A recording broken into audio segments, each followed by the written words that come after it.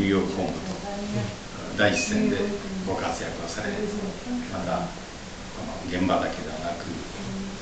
ニューヨークの本部でもですね、担当部長としてご活躍のほど、この経歴を見てよくよく分かりまして、改めて敬意を表します。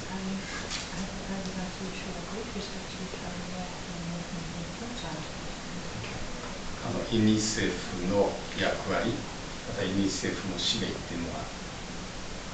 我々の想像以上に極めて大きいものがありまして、毎日ご声援をいただいた大部所長に対して感謝を申し上げます。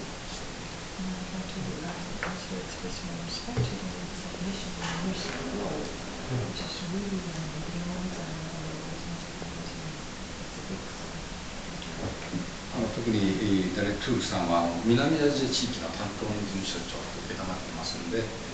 南アジア地域、特にパキスタンですか、現地のですね、いろいろな問題についてお話しいただければと思います。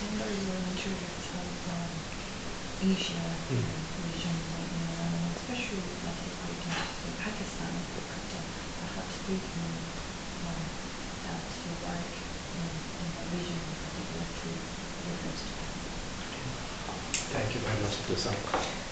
I would first say I also know of your very important career, and I have great respect for your career. My father would also be very happy because my father was an alumni of Stanford also, so it's very nice to meet another Stanford alumni. 本日はお時間を取っていただきありがとうございます。江藤先生のご経歴も拝見させていただきまして、非常にいろいろなご経験をされているということで、敬意を表したいと思います。I indeed have worked in South Asia now for 4 years, and it's probably, as you know, sort of one of the most complicated regions because it has Afghanistan, because it has Pakistan, and also until recently Sri Lanka was also quite difficult. So I'd be happy to talk a bit more about Pakistan, where we have perhaps one of the most difficult challenges. Certainly the security issues are very difficult with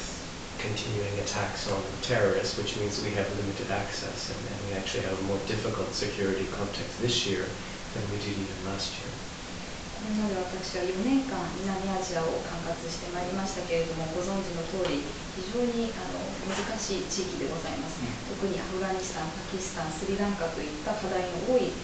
国々を巻き込ん含めた地域でございます。特にパキスタンに関しては難しい状況として治安の問題がございます。テロ攻撃もございます。特に今年の状況について懸念があるところでございます。I was both challenged and fortunate to be in Pakistan for 3 months last year. Our executive director asked me to lead our flood response because it was so big that he asked me to go in and take over the country office. So I learned again what it's like to work at country level, which I think when we become higher level we forget sometimes. And so I was fortunate to see firsthand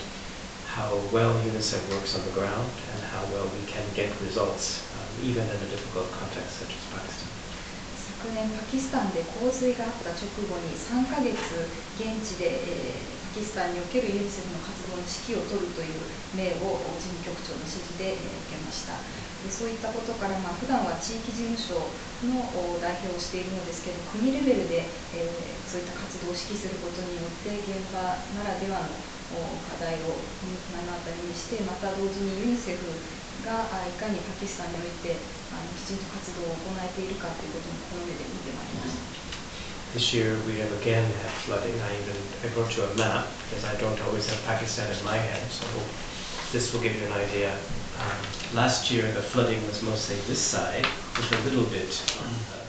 but this year it's on the other side of the river.